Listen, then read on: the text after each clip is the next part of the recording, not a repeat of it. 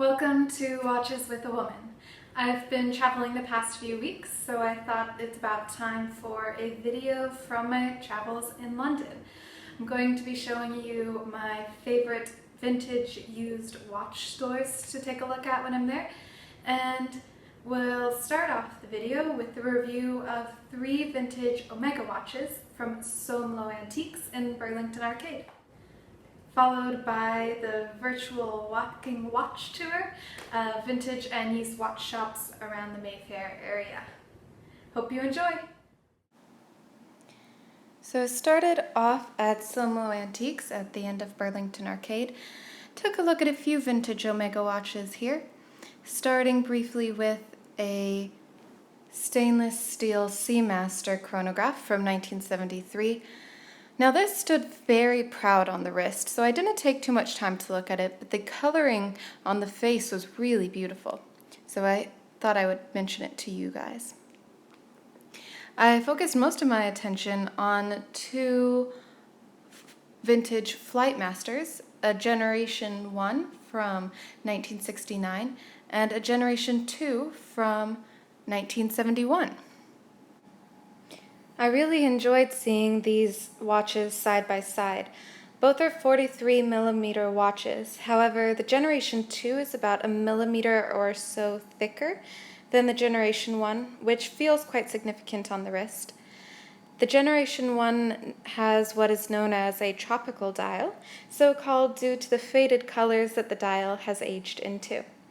The striking black dial with the orange hands of the second generation make it a very punchy watch, and it's probably the one that I would actually lean towards if I was in the market for one. An interesting fact that I learned at Seamaster Antiques is if you became a professional pilot and you sent in your Flightmaster to Omega, you could actually get the orange hands swapped out for yellow, which were even more legible in the flight deck.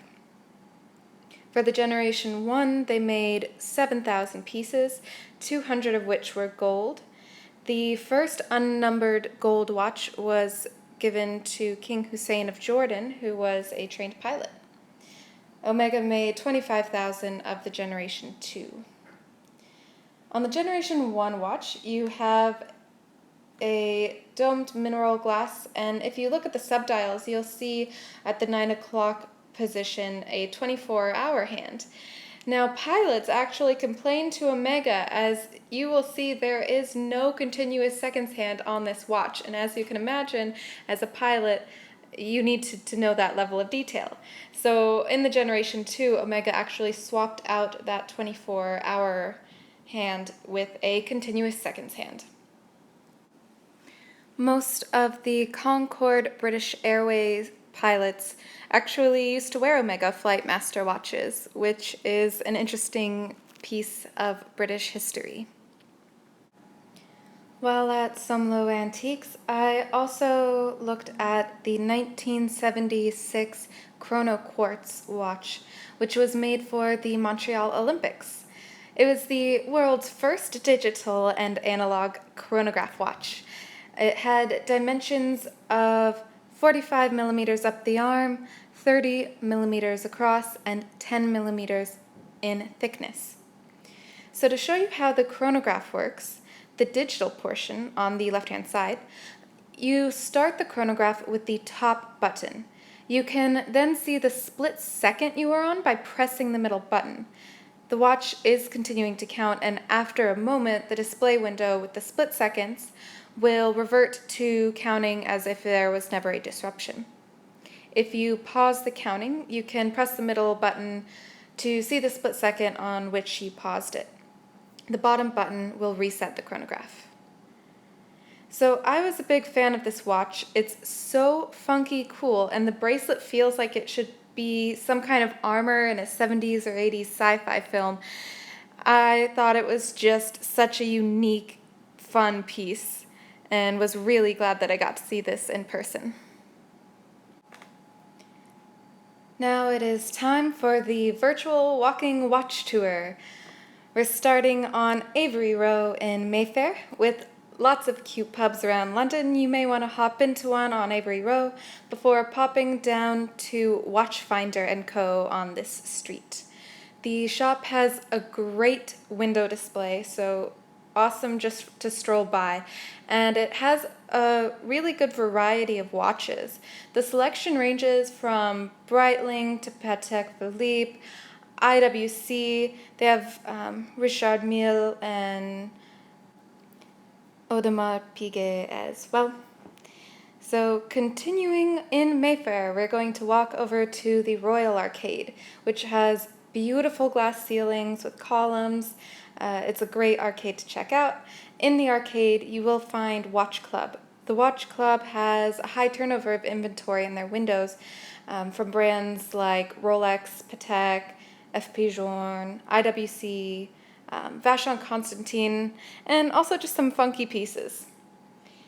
So now we're going to continue and head back to the Burlington Arcade, which is actually where the Somlo Antiques store is from the watches we took a look at earlier in the video. On the opposite end, there is a macaron store, so feel free to pop in for a snack before taking a stroll.